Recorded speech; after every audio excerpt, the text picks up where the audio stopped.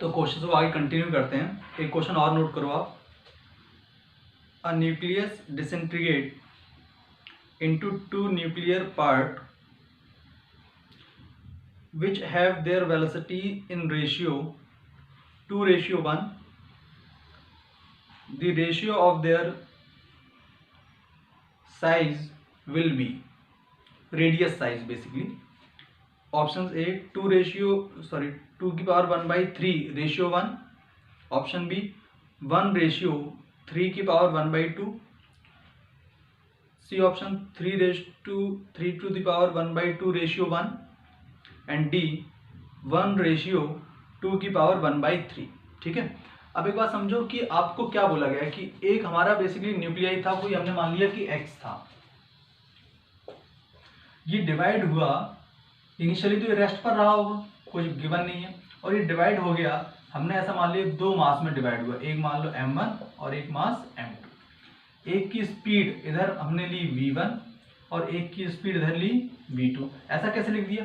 क्योंकि अगर इसका ये रेस्ट पर था, इनिशियल मोमेंटम 0 है, तो अगर एक इधर जाएगा तो दूसरे को अपोजिट जाना ही पड़ेगा, तभी नेट मोमेंटम क्या होगा? कंजर्व होगा।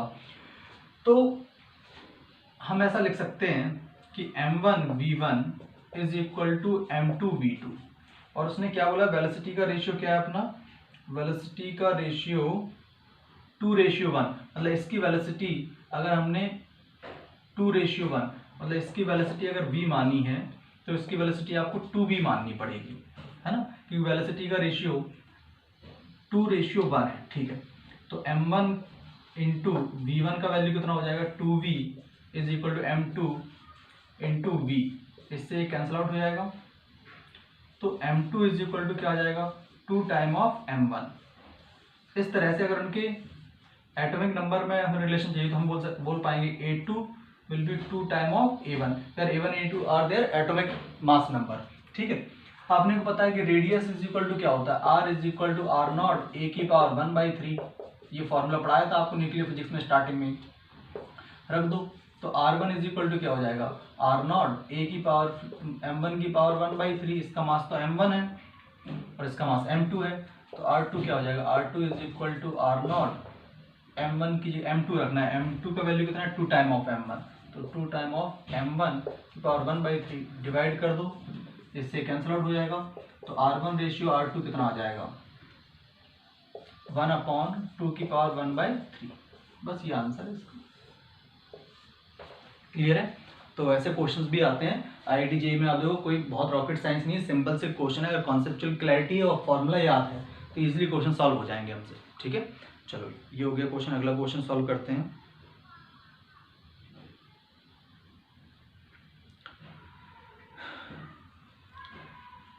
स्टार मार्क कर लेना इस पर। The half life of a radioactive substance is 20 minute. The approximate time interval T2 minus T1 will be, the approximate time interval small t2 minus small t1 will be if the time T2 when two-third of it has decayed and T1 is the time when 1/3 of it had decayed। ठीक है, एक बार question note कर लो, फिर से मैं बता देता हूँ। The half life of a radioactive substance is 20 minute. Half life कितना गिवन है? 20 minute. Then find out the time interval T2 minus T1 if the time T2 when 2/3 of it has decayed and T1 is the time when 1/3 of it had decayed। ठीक है, चलो कैसे solve करेंगे इसको देखते हैं।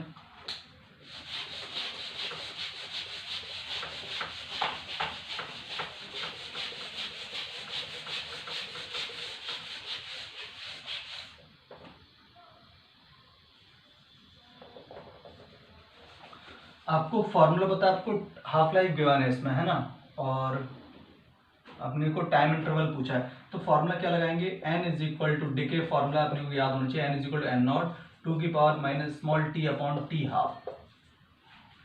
तो जब पहले बार में T2 टाइम है तब कितना डिके हो चुका है? 2/3। तो अनडिके कितना बचा? 1/3। मतलब n0/3 is equal to n0 2 की power minus small t2 by t1/2, तो ये हाफ हो गया 20। सिंप्लीफाई कर लो इसको, n0/3 हो गया, ये बचा 1/3 इज इक्वल टू, ऐसे लिख दो इसको 1/2 की पावर t2/20, तो इधर चला गया तो हो जाएगा 2 की power t2/20 is equal to 3। दोनों साइड ln ले लेंगे तो क्या हो जाएगा, ये t2/20 is equal to ln3/ln2। तो t2 इज इक्वल टू क्या आ जाएगा, t2 इज इक्वल टू आ जाएगा 20 ln3/ln2। ये तो आ गया t2। इसी तरह से हम क्या कैलकुलेट कर लेंगे, t1, बिल्कुल।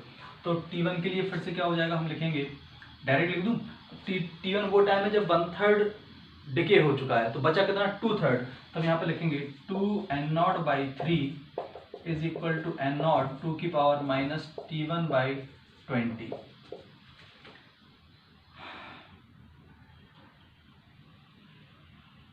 तो 2 की power t1/20 is equal to 3/2, तो t1/20 is equal to ln 3/2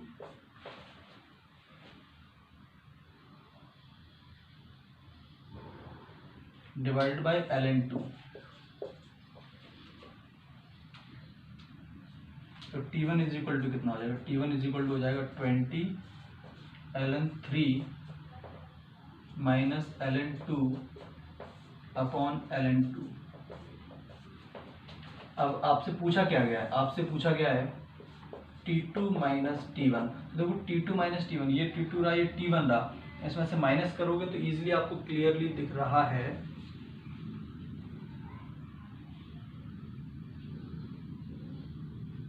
20 minute आ जाएगा आंसर। अरे इसमें से ये माइनस करोगे तो ln20 और ln2 तो बाहर आ जाएगा एलसीएम में। इधर क्या है, ln3 minus ln2 minus ln3, तो ln3 से ln3 चला जाएगा, ln2 डिवाइड बाई ln2, तो कैंसिल आउट हो जाएगा, तो बचेगा कितना 20 आना चाहिए मेरे हिसाब से आंसर। 20 मिनट आंसर है, ठीक है, परफेक्ट। तो नोट कर लो ये क्वेश्चन, फिर आगे बढ़ते हैं। अगला क्वेश्चन नोट करें, क्या है, half life of two radio active element A and B are 20 minute and 40 minute. Initially the sample have equal number of nuclei. Initially the sample have equal number of nuclei. After 80 minute, the ratio of the decade number of A and B nuclei will be, and options are 1:16, 4:1, 1:4 and 5:4। ठीक है, चलो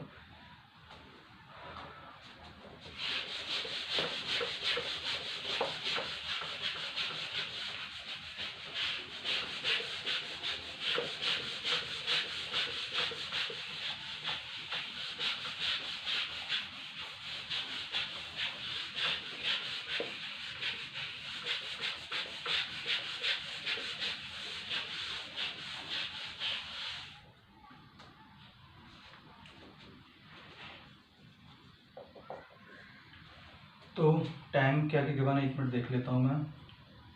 half life और 20 minute and 40 minute अलग अलग दिए हैं। After 80 sample have क्या बोला गया, initially the sample have equal number of nuclei, after 80 minute decade number. तो इनिशियली तो हमने मान लिया कि इनके न्यूक्लियाई का नंबर n0 है, तो हम क्या लिख सकते हैं, अनडिके, देखो ए के लिए अगर हम पहले ए के लिए बात करें तो अनडिके कितना हो जाएंगे, n is equal to n0 2 की पावर आफ्टर 80 मिनट पूछा ना, -80/20 मिनट।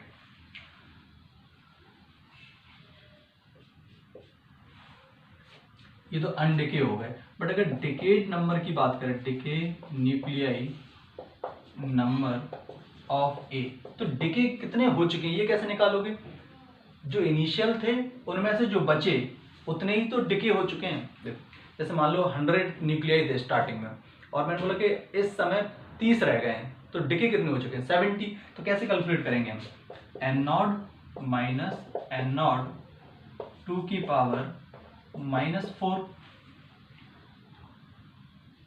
ठीक है। तो ये कितना हो जाएगा? एन नॉट कॉमन ले लो तो हो जाएगा 1 माइनस 2 की पावर -4। इसी तरह से बी के लिए मैं डायरेक्ट लिख देता हूँ। बी के लिए अगर बात की जाए, डिकेड नंबर ऑफ बी, तो हो जाएगा एन नॉट, क्योंकि इनिशियली तो सेम ही है, माइनस एन नॉट की पावर 2 की पावर, उधर कितना है 80/40, 20 और 40 मिनट ही है ना, 20 और 40 मिनट, तो हो जाएगा -2। तो आ जाएगा एन नॉट 1 माइनस 2 की पावर -2। दोनों का रेशियो पूछा है अपने से, N A by NB, where Na and NB is what? Undecayed nuclei, sorry, decayed nuclei number।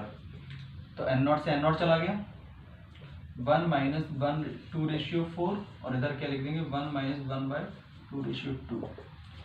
तो कितना हो जाएगा 2 की पावर 16, 16 माइनस 1 दैट इज 15/16,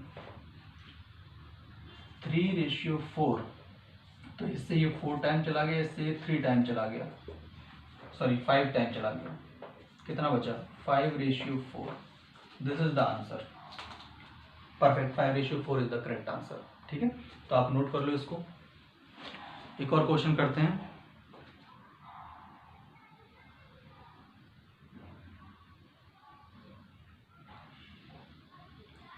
कहाँ गए questions?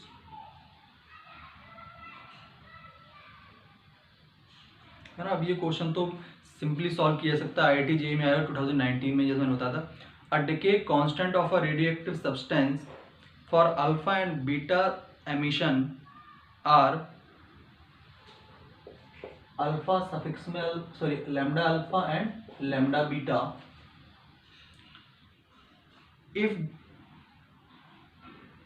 they emit, if the substance emit alpha and beta simultaneously, then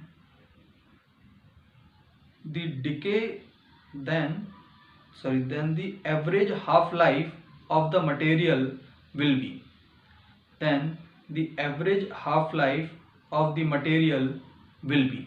तो ये बताना है। एंड ऑप्शंस आर, ऑप्शंस लिख लीजिए, मैं यहाँ साइड में ऑप्शंस लिख देता हूँ।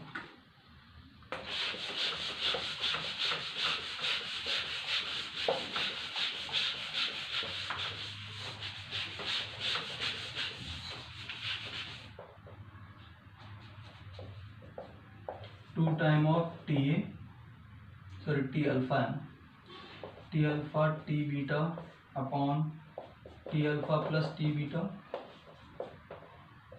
T alpha plus T beta, T alpha into T beta upon T alpha plus T beta 1/2 T alpha plus T beta, इस तरह से दिया हुआ है। ठीक है, आपने को एक चीज पता है कि जब भी कोई चीज साइमल्टेनियसली डिके होती है तो हम उसके लिए लिखते हैं कि lambda effective is equal to λ1 plus λ2। अगर पहले के लिए हाफ लाइफ अलग अलग गिवन है क्या? हाँ अलग अलग गिवन है, तो आप ऐसा समझोगे आप λ1 लिखना चाहें, ये लैम्डा किसके लिए लिख देंगे? अल्फा के लिए, और ये लैम्डा किसके लिए? ऐसे लिख दो λ2 किसके लिए? बीटा के लिए। तो अगर लैम्डा ऑफ अल्फा लिखना है तो हम ऐसे लिख सकते हैं ln2/t alpha, half life of alpha, बिल्कुल लिख सकते हैं इंडिविजुअली। ऐसे λ2 इज इक्वल टू क्या लिख सकते हैं? ln2 half life for beta. Clear, ये चीज तो हमने पहले भी पढ़ी है। तो यहां पर क्या आ जाएगा? Lambda effective is equal to lambda for alpha क्या हो जाएगा? ln2 by time of alpha plus ln2 time of beta. तो ln2 को बाहर बुला लो, तो lambda effective is equal to ln2 बाहर आ गया, T alpha plus T beta upon T alpha into T beta. अपने से पूछा क्या गया है, अपने से एवरेज लाइफ पूछा गया है। तो हमने एक फॉर्मूला सीखा था, lambda effective is equal to ln2 by T half. ये टी हाफ किसका होता था, पेरेंट न्यूक्लियाई का। तो हम लैम्डा इफेक्टिव की जगह क्या लिख सकते हैं, average half life by ln2, नहीं, lambda effective is equal to क्या हो जाएगा, ln2 by T half, ln2 by T half is equal to क्या है, ln2 T alpha plus T beta upon T alpha plus T beta, sorry into है ये, तो इससे ये कैंसिल आउट हो गया।